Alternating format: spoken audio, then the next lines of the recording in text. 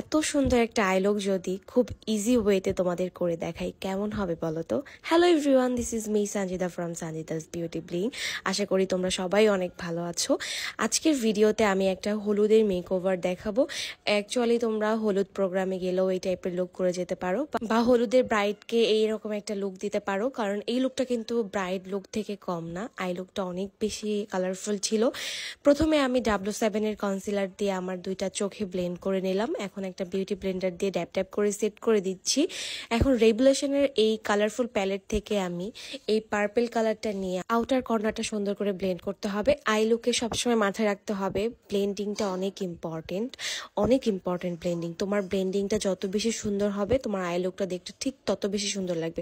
আমি এখানে পার্পল কালারের সাথে একটু ব্ল্যাক কালারও হালকা অ্যাড করে একটু ডার্ক করে নিলাম কালারটা, আর একটু উইং ভাবে ব্লেন্ড করলাম যেন আমার আই লুকটা একটু চোখা টাইপের লাগে। দেন আমি এই জায়গাটায় একটা অরেঞ্জিশ কালার নিয়ে আমি ব্লেন্ড করে দিচ্ছিলাম। আমি না বুঝতেছিলাম না কেন আমার কালারটা বসতেছিল না, বাট আমি পরে সুন্দরভাবে কালারটা বসছে। এরপর একটা ইয়েলো কালার নিয়ে আমার ইনার কর্নারটা আমি ব্লেন্ড করছি। দেখো পুরা সম্পূর্ণ আই লুকটা এত ইজি। প্রথমে আউটার কর্নারটা জাস্ট একটা ডার্ক কালার দিয়ে করবা, দেন মাঝখানে তুমি একটু হালকা কালার দিয়ে দিলা। বলো এটা ইজি না? খুবই ইজি। প্রত্যেকটা কালার এখন আমি সুন্দর করে ব্লেন্ড করব। ব্লেন্ডিং এটা মেকওভারের সব থেকে ইম্পর্টেন্ট জিনিস। আর এরপর এখন আমি ইংলট না, এটা টপ ফেসের একটা আইলাইনার দিয়ে নিলাম।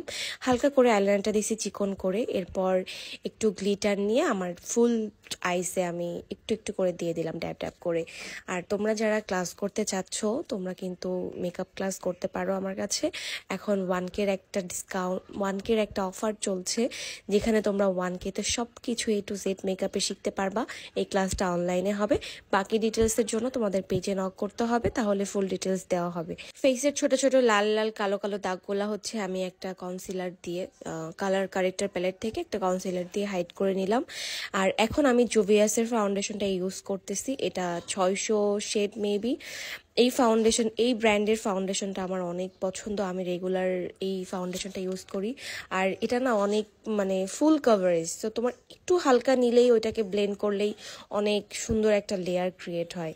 সো যারা এই ফাউন্ডেশন ইউজ করো তো অলরেডি জানোই যে এটা কত জোস একটা ফাউন্ডেশন। আর ফাউন্ডেশনের ক্ষেত্রে অলওয়েজ আমি এই ব্রাশটাই ইউজ করি, মরফির। তোমরা অনেকেই আমার কাছে এই ব্রাশটা জানতে চাও, দেখতে চাও, তো আমি আজকের ভিডিওতে একটু দেখিয়ে দিলাম।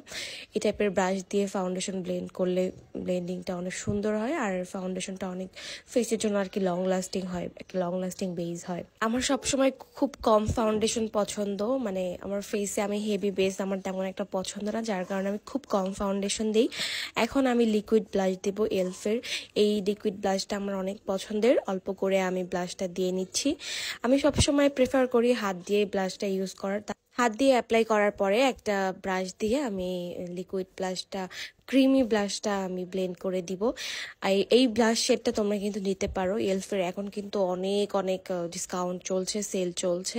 সো সব পেজেই মোটামুটি কিন্তু অর্ডার নিচ্ছে। এই তো দেখো কি সুন্দর শেডটা, এত পিঙ্কিশ টাইপের একটা শেড, আর অনেক ভালো লাগে। ইন রিয়েল আরো বেশি সুন্দর লাগে শেডটা। ব্লাশ দেওয়ার পরে ফেসটা আরও বেশি গ্লো লাগে, অনেক সুন্দর লাগে, স্মুথ বাটারের মতো লাগে। দেখো আমার বেসটা কিন্তু অলরেডি অনেক সুন্দর একটা ফ্ললেস ভাব চলে আসছে। যারা এরকম ফ্ললেস বেস শিখতে চাও অবশ্যই ক্লাসে জয়েন হতে হবে।